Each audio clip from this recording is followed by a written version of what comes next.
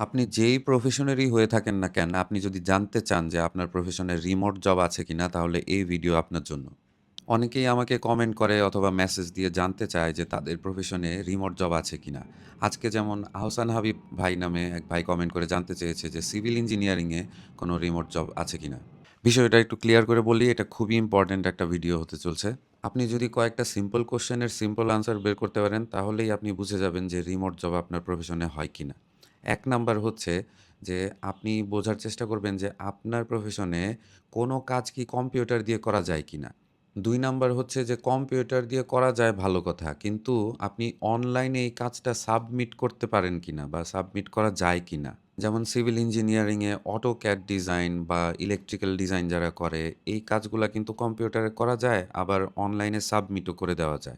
আরেকটা important question হচ্ছে যে আপনার ফিজিক্যাল প্রেজেন্স কি রিকোয়ার্ড কিনা? আপনি কাজ অনলাইনে করতে পারলেন, সাবমিটও করতে পারলেন, কিন্তু আপনার ফিজিক্যালি তারপরেও থাকতে হবে কিনা, এইটাও কিন্তু একটা ইম্পোর্টেন্ট কোয়েশ্চেন।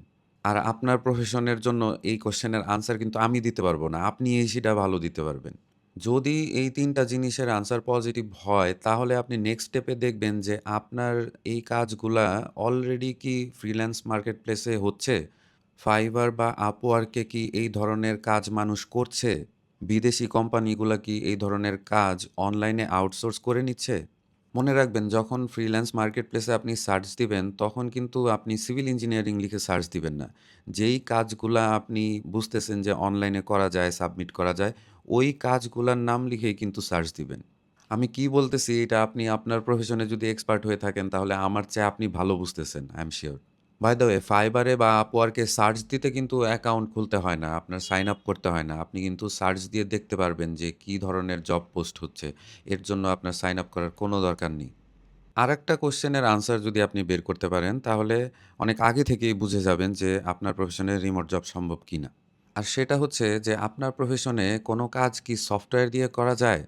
কারণ কোনো স্কিল যদি সফটওয়্যার এনেবেলড হয়, তাহলে ওই স্কিলের ক্ষেত্রে রিমোট জব আরও বেশি থাকে। আপনি যদি আপনার প্রফেশন লিখে সার্চ দেন গুগলে যে সিভিল ইঞ্জিনিয়ারিং রিমোট জবস, তাহলে পাবেন না স্বাভাবিক। তাই এই কোশ্চেনগুলো আপনার নিজেকে করে আগে আইডেন্টিফাই করতে হবে যে কোন স্কিলগুলার জন্য আপনার প্রফেশনে রিমোট জব আছে।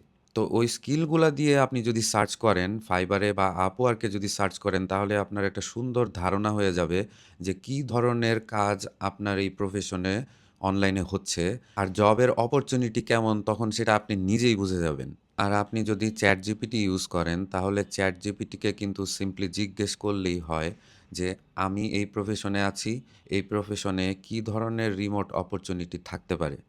ও কিন্তু আপনাকে কিছু অপরচুনিটির কথা বলতে পারবে। তখন ওই কিওয়ার্ডগুলা নিয়েই কিন্তু আপনি সার্চ দিতে পারেন Fiverr এ, Upwork এ। বাই দ্য ওয়ে, Upwork এবং Fiverr এর কথা বলছি আপনারা যেন বুঝতে পারেন যে রিমোট অপরচুনিটি কেমন হতে পারে।